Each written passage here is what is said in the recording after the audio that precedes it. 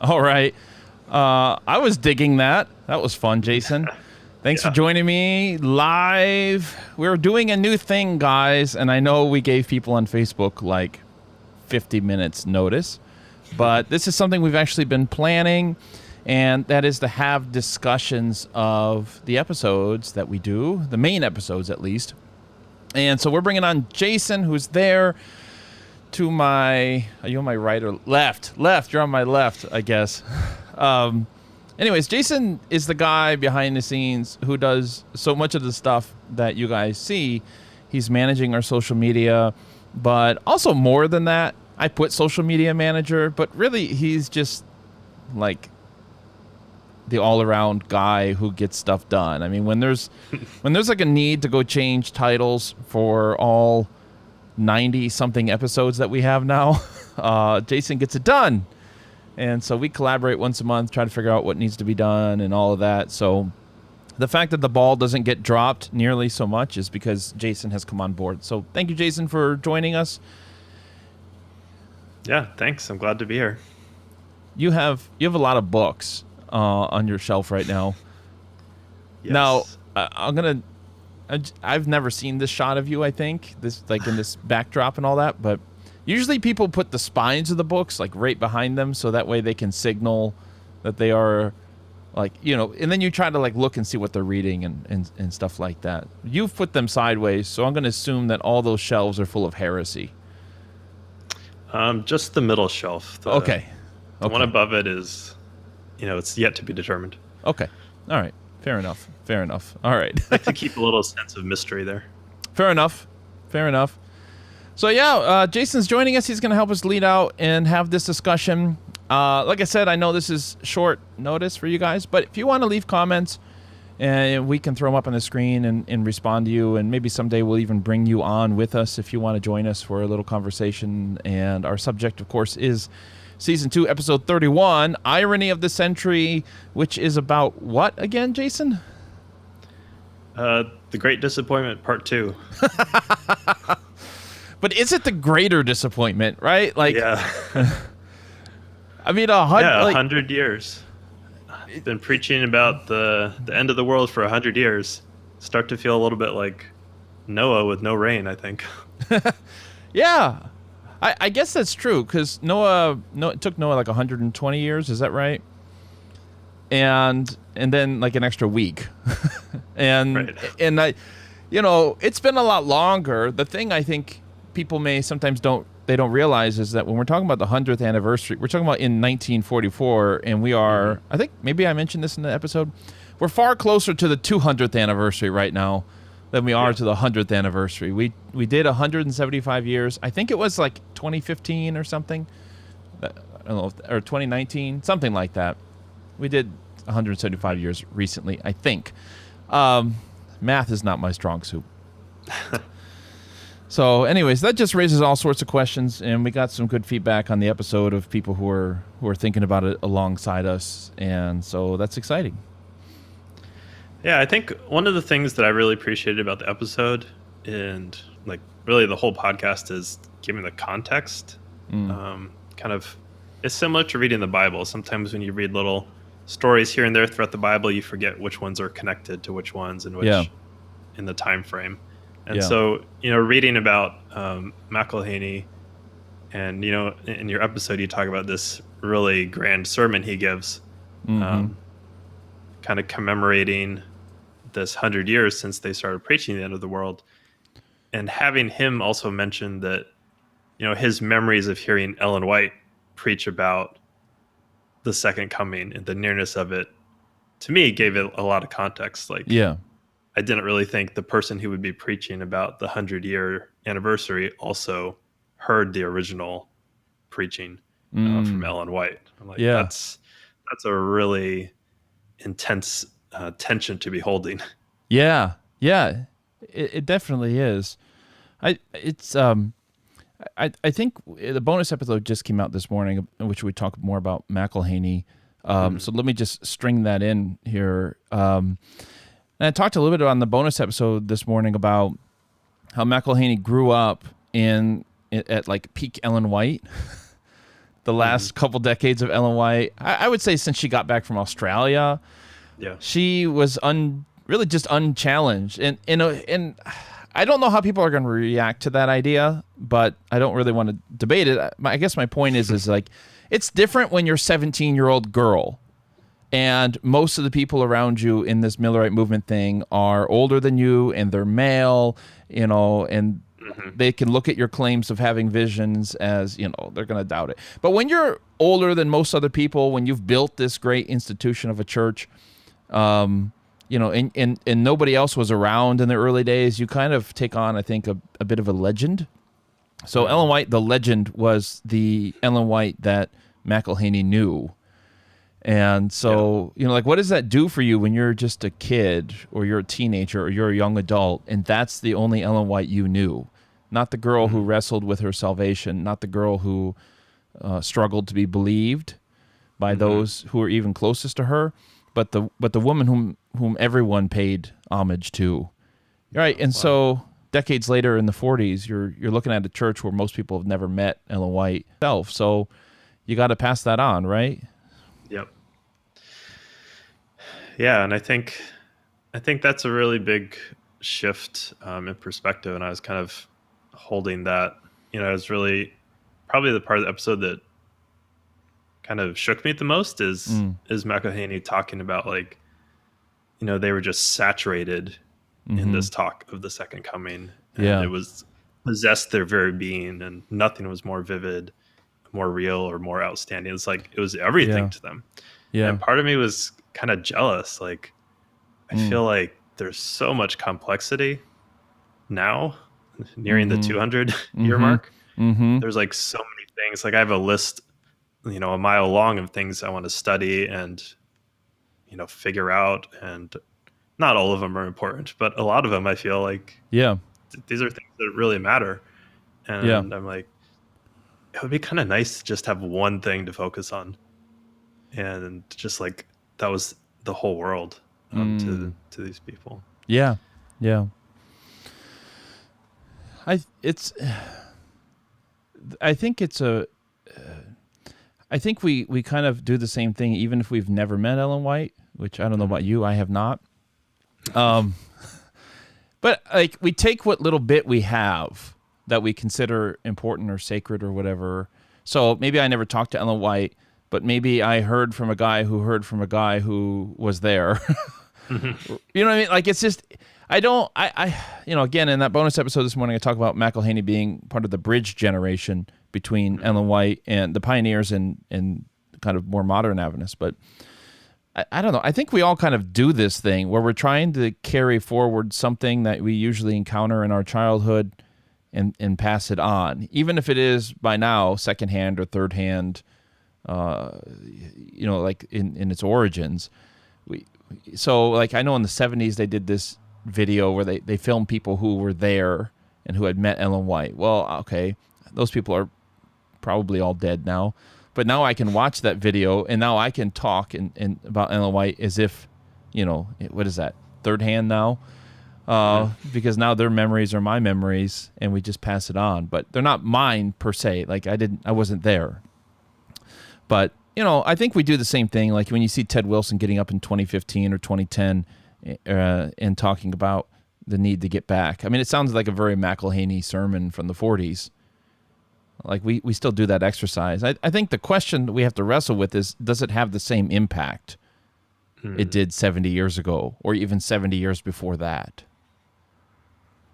Yeah, and I mean, just from a human standpoint, I can hardly imagine that it does. I'm thinking back to when we were in college together, what were the theological issues we felt were really important and that kind of consumed all of our thought, or even the experiences we had that were I don't know how, I'll never forget this, or it's the big thing in our life. And now a lot of those things, I'm like, that was kind of trivial.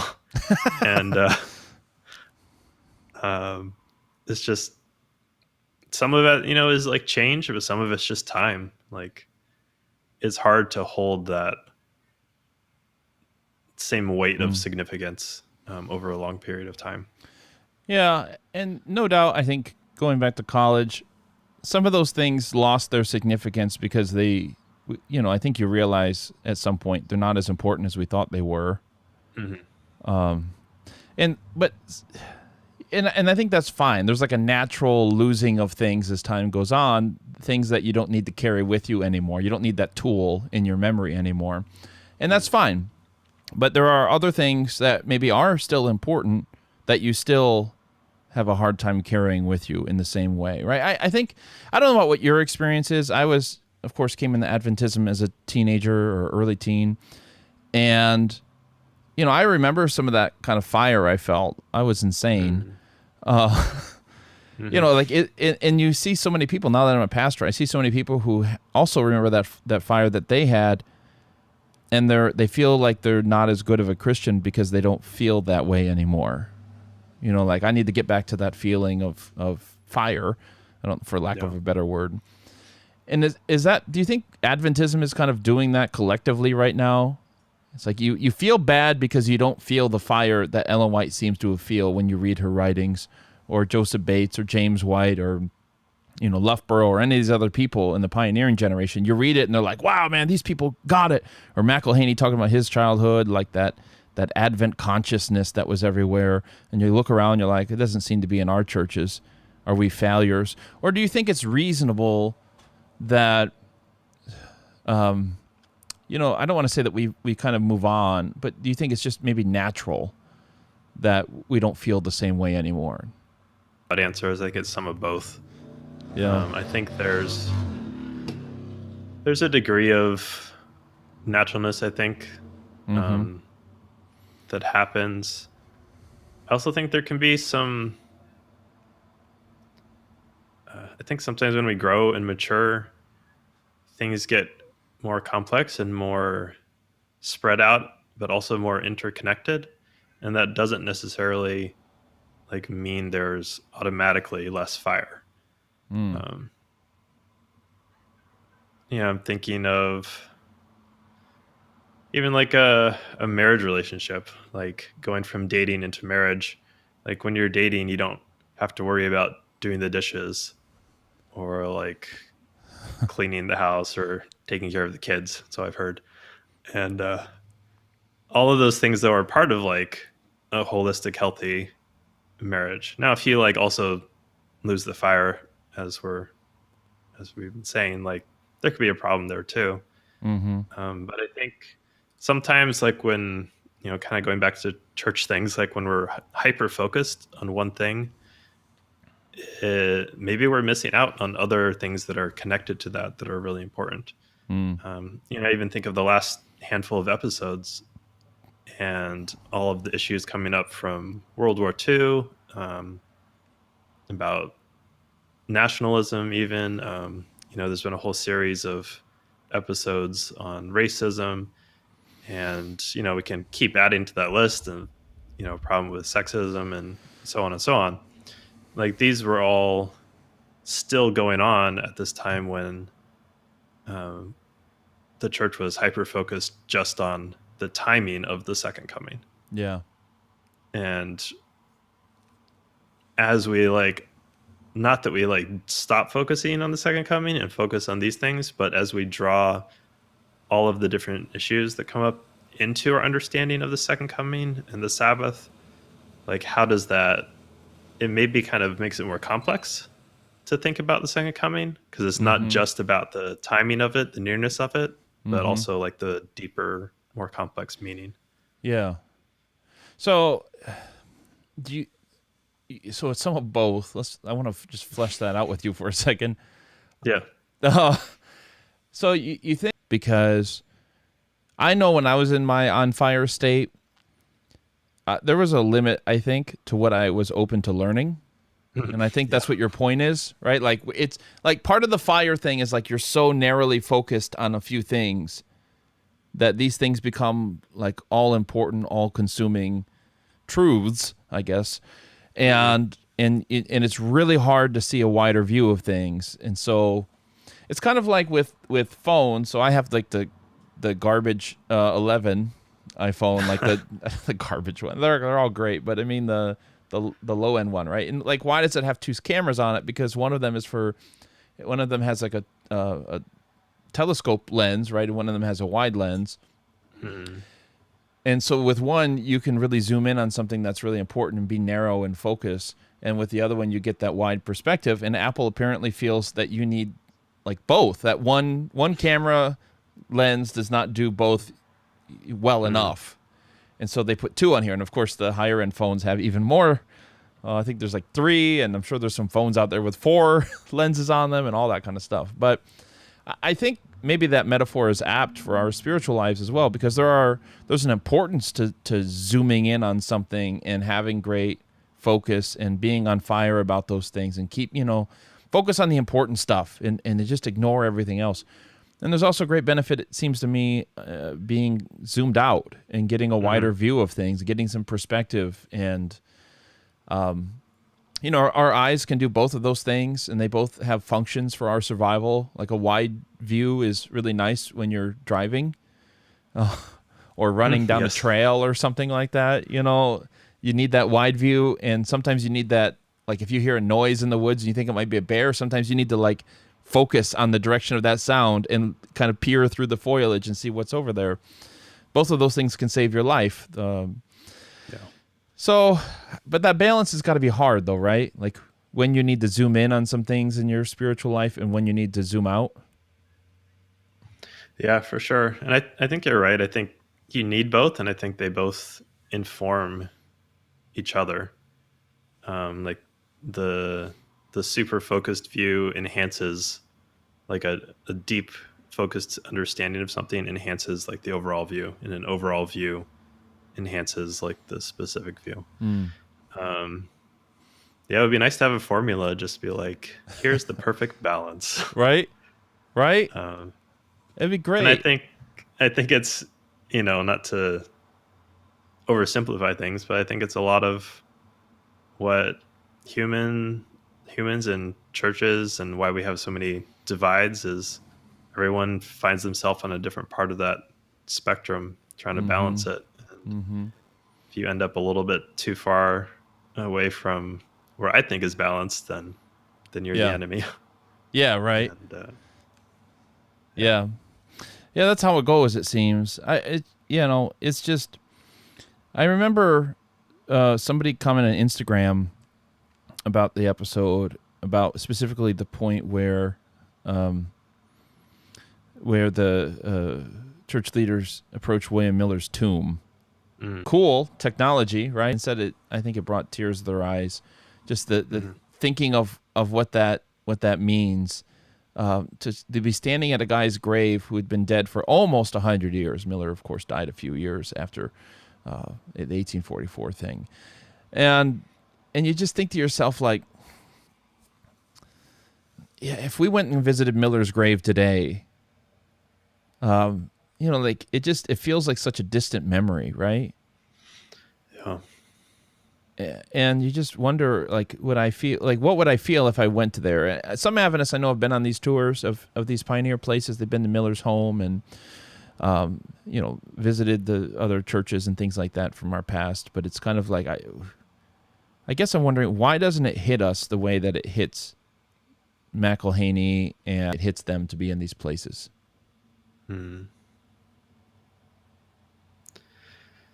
Yeah. I mean, I think it comes back to our conversation about just things being farther away in memory and in like a number of connections disconnected. Yeah. I think it's just hard. I think it's like kind of any kind of important thing that we carry around, and sometimes it's positive, sometimes it's negative, but when we carry something for a long time, or I was listening to some other podcast. I mean, what? Just once in a while, What? because mostly What? just this on repeat. Don't even listen to music. Oh. That was talking about, like, I forgot the phrase now, but basically like when your house starts, I think it's the same way, like sometimes with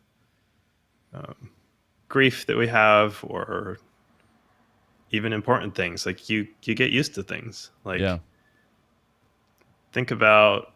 like imagine trying to what it would be like to see like the first sunrise you ever saw. Mm. Like you'd be losing your mind. And now Yeah. Yeah. oh, that's nice. Yeah. Um, is something lost there? Yeah, I think Yeah. so. But But is it bad that it's lost? yeah, and maybe there's room for moving into a new phase of appreciation and importance. I think sometimes we try to conjure up things. So if I like sit there at the sunset and try to conjure up like what it would be like to feel it for the first time, like there might be some benefit to that.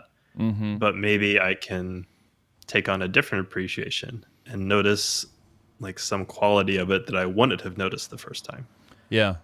And so I wonder if we have room for that in relation to the second coming. Like Mm. it's going to be really hard to feel the same sense of like imminence and connection, that they felt even 100 years later at that moment. But maybe there's something for now, 175 years, 200 years, that they couldn't appreciate that we can appreciate and explore. Yeah. That can be our fire. It doesn't have to be the same fire. I see what you're saying. So let's pretend we can go grab McElhaney and bring him to the present. And once he gets over like the horror of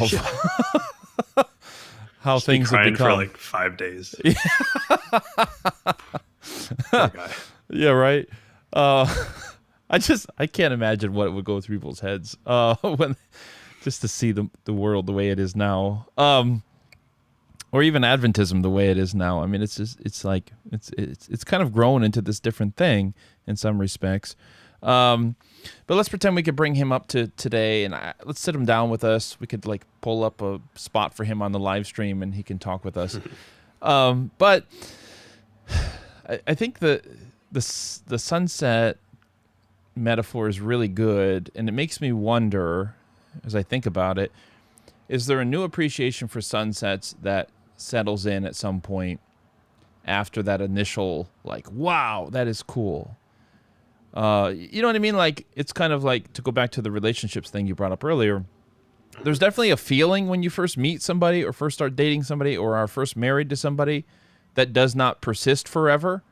I think I would like to say it settles down into something a little bit deeper, even if it's less like animated all the time, like you meet some of these people who are like just starting to date. They're like, wow, she knows how to use a salad fork and a dinner fork. Like, this is you're just like, okay, that's certainly a human achievement. But they get animated about all these things. And I think to a large degree that goes away, and probably should go away, because I think sometimes that can get in the way of appreciating deeper things or growing into deeper things. Maybe that's also true for sunsets. I don't know. I think there's a little bit more at work. Like we grow up and we drive a lot more, and so we miss them.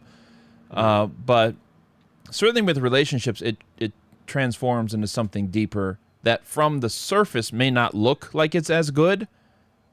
Like sometimes I know, like even just being married some years, you see like this dating couple that's like super into each other and they've got that animation going on in the relationship. And sometimes I can feel like, man, am I doing something wrong? Did I like give up? And, and sometimes you can feel that way, like I'm missing something. But like my goal isn't to be dating per se. My goal is to have this awesome, deep, long-term relationship with this.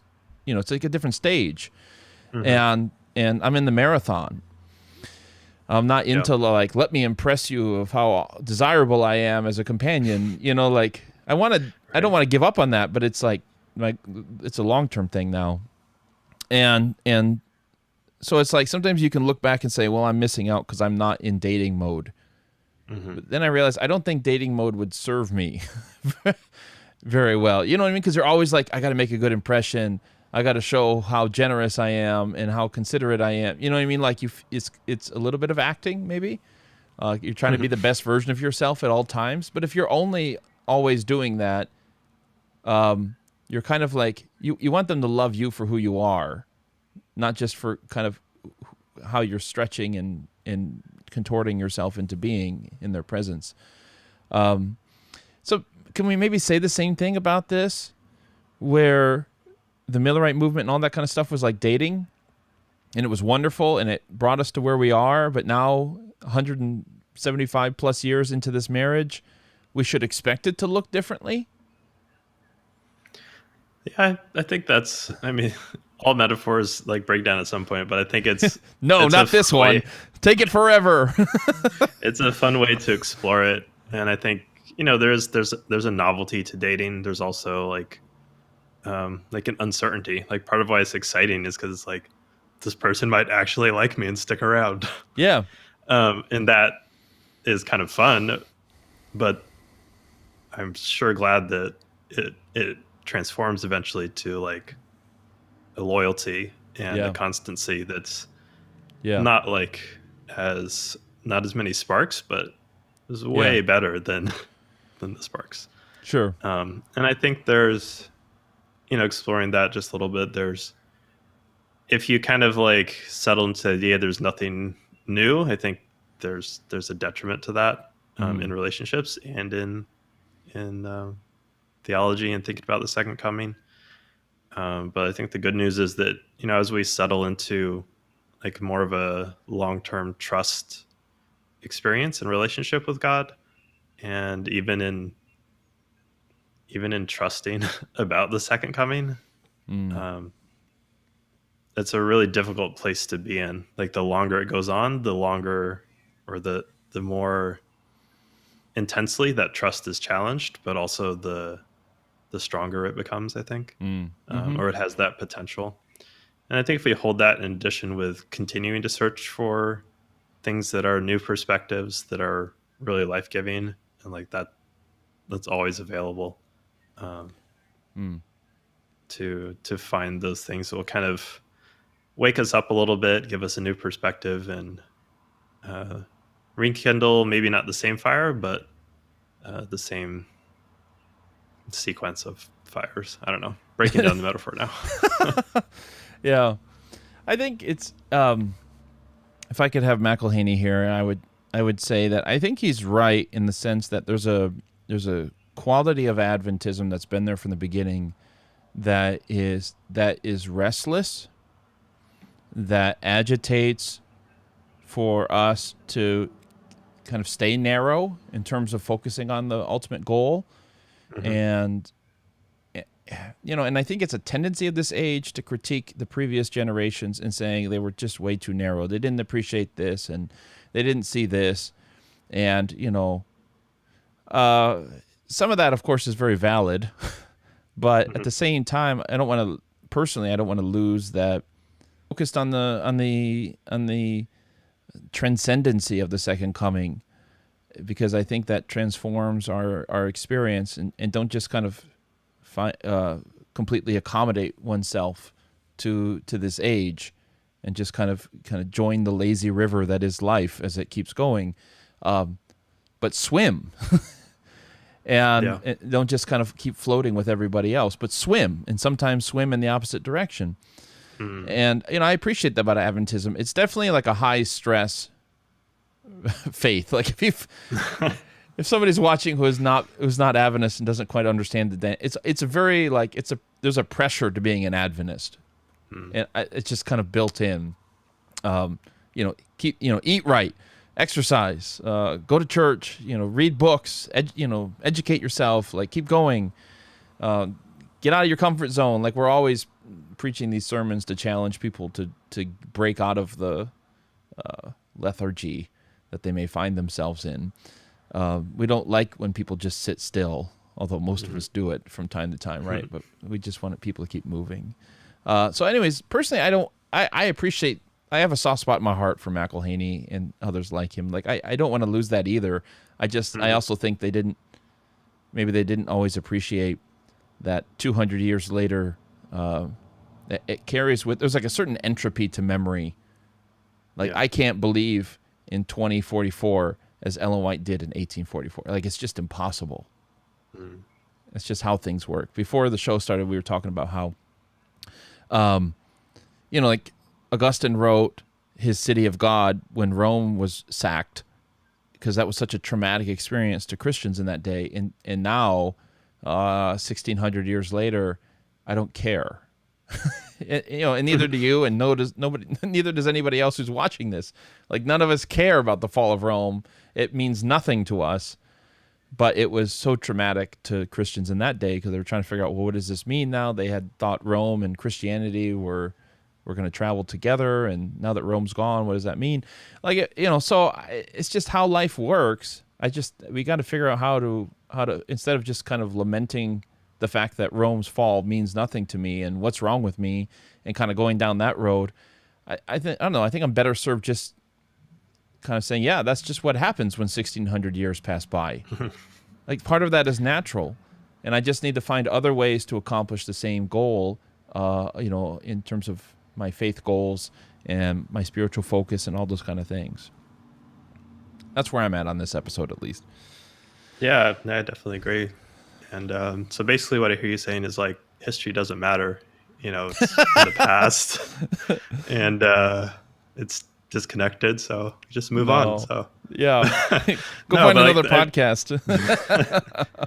That's actually what I really appreciate about, like, history podcasts, and this podcast is even things like Rome or this 100-year anniversary that are long ago. There's connection points, and it brings up discussions like this where we can reflect on the past, but also, like, what does that mean for now, and how do we explore that? So I really appreciate having space to, like, think about what McElhaney said and, like, how we respond now. But I have a question. So, okay, we're talking about, what we do with his message, but, like, he actually gave this sermon and gave this call for this focus. What did the people in his day do with it? Like, what happened next? Well, I think it's good to recognize the rhetorical element in these kinds of sermons, which is I think it was about motivating people to do some internal work, and I think there's an understanding that nobody expects that a sermon like this, even when Ellen White preached a sermon like this, I don't know what you want to call these, like the revival sermons, like the Adventist revival sermons, whatever. I think sometimes it's just something we need to hear, and it's like a sermon that's a reminder more than a sermon that's like, go outside right now and do X, Y, and Z. I think there's a place for those like rhetorical sermons where we need to just, like if somebody preaches on salvation or the importance of prayer or something like that, it's like, I kind of already know that, but I need to be reminded of that. I need to kind of, I don't know, I need to be energized in that way again. So, what did they do with it? I suppose what people have done with it ever since the beginning of this movement. They've listened to it. They said amen 800,000 times during that sermon, and then they went back home. Hopefully the better off for it, I guess, but they went back home. Okay. So basically I hear you saying, like, I have to tune in next month to hear what happens next.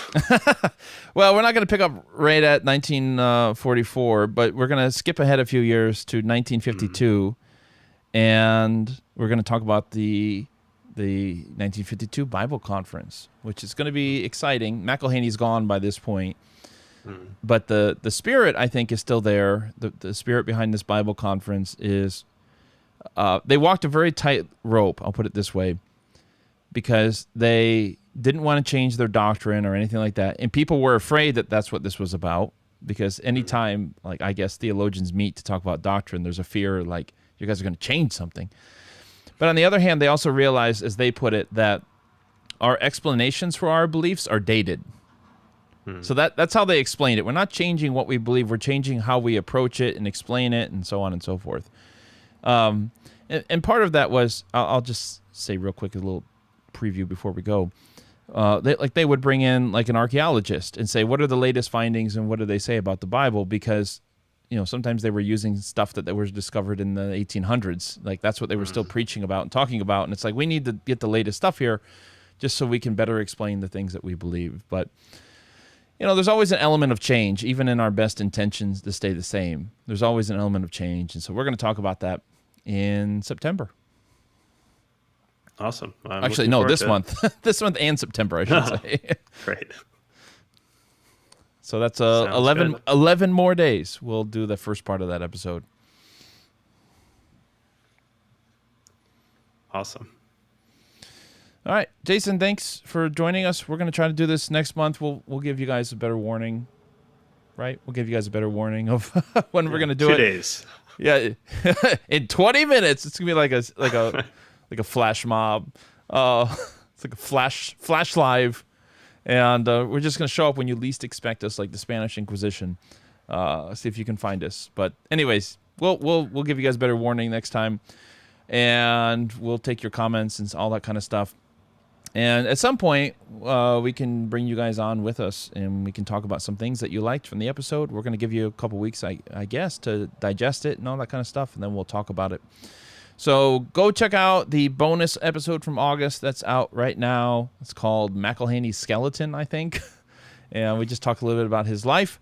And then on the 22nd of August, we're going to be talking about the 1952 Bible Conference. And so, yeah. Tune in then, and then we got a whole nother month coming up in September. What fun, Jason! What fun! Thanks for joining us, and to Jason, thank you, and thank you to the people who are watching. I see your thumbs up over there. Cool. When we'll see you guys next time. Boom.